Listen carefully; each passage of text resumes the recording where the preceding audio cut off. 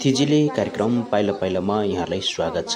आज म गोर्खा जिल्ला रुघाट गाउँपालिका वडा नम्बर 3 मा थिसुङ बोधिसत्वको प्रतिमा बन्ने भएको छ र यसमा रुघाट गाउँपालिका वडा नम्बर 3 वडा बजेटबाट 1,30,000 विनियोजित रकमबाट बन्न लागेको हो। मङ्सिर 12 गतेको दिन थिसुङ बोधिसत्वको जन्मदिनको अवसर पारी शिलान्यास पनि गरियो। अब म थिसुङ बोधिसत्वको विषयमा केही जानकारी दिन चाहन्छु। कार्यक्रम पाइला पाइलामा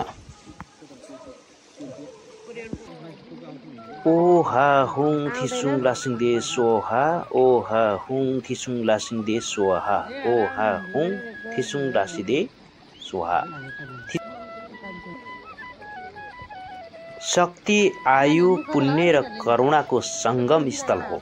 मध्यन्तर नामले चिनिने हालको स्वरा गाउँ यो स्थान गोर्खा जिल्ला आरुघाट गाउँपालिका वडा नम्बर 3 मा पर्छ।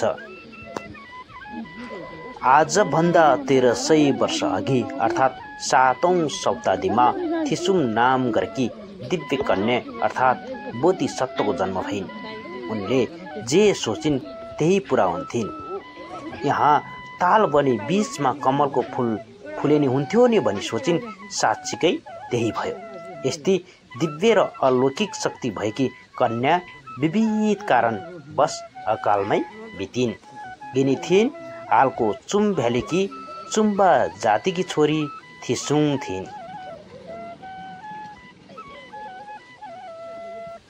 संसारका सम्पूर्ण प्राणी हितका लागि छोटो समयमा नै बितिन्। शक्ति, आयु, पुण्य र करुणाका लागि थिसुङ बोधिसत्वले शरीर भने छोटो समयमा नै त्यागिन्। किनभने प्राचीन समयमा मध्यन्तर नामले चिनिने यस ठाउँको स्थिति निकै नै भयावहको अवस्था थियो। लोभ, लालच, ईर्ष्या, डाह र हत्या हिंसाबाट ग्रसित मध्यन्तरमा मानवता भन्ने कसैसँग थिएन। दैनिक रूपमा एक अर्का बीच लडाई झगडा मारकाट मात्र नभई तन्त्र मन्त्र प्रयोग गरी कसैले खाएको देख्ने बित्तिकै मारिदिने, कसैलाई विष प्रयोग गरेर भए पनि तरपाई मार्ने गर्थ्यो। अरू प्राणीहरूलाई पनि मारेर खाने र सँगै दुःख पनि यसरी दिने गर्थ्यो। अर्कातिर प्राकृतिक प्रकोपबाट पनि उस्तै थियो। धेरै समयसम्म खडेरी पर्ने, बाढी पहिरो आइरहने, बाली नाली लगाउँदा पनि फल राम्रोसँग नफल्ने, फलिहाल्यो भने पनि जीव जनावर र किरा फट्याङ्ग्राले ध्वस्त पारिदिने गर्थ्यो।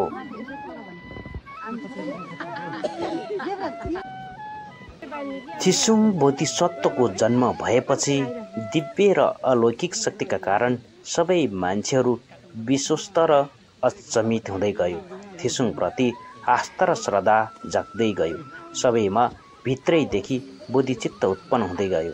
विश्वास, आस्था, श्रद्धा हुँदाहुँदै त्यसमा मान्छेहरूलाई बोधिचित्तको उत्पन्न र थिसुङबाट केही पाठ सिक्नको लागि अर्थात् भनौँ आवाज दिलाउनको लागि भौतिक शरीरबाट उहाँले बिदा लिइन्।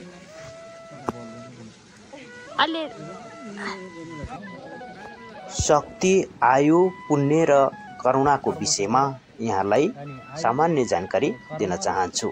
शक्ति, थिसुङ बोधिसत्व नाम सुन्न साथ नकारात्मक शक्तिहरू हायल कायल नै हुन्थ्यो।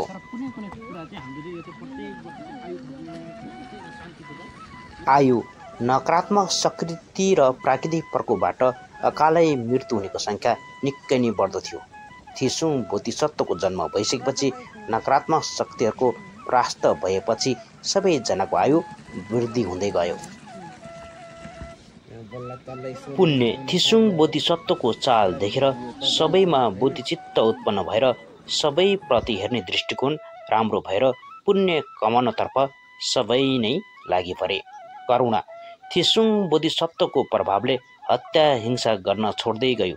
सम्पूर्ण जीव जनावर र प्राणीहरूलाई करुणाको भाव उत्पन्न हुँदै गयो। मैले यहाँहरूलाई थिसुङ बोधिसत्वको सामान्य जानकारी दिए। शक्ति, आयु र पुण्य र करुणाको सङ्गम स्वारगाउँमा थिसुङ बोधिसत्वको प्रतिमा बन्दैछ। आरुघाट गाउँपालिका वडा नम्बर 3 को वडा बजेटबाट थिसुङ बोधिसत्वको प्रतिमाको लागि 1,30,000 रकम विनियोजित भएको छ। यसबाट अपुग हुनेछ।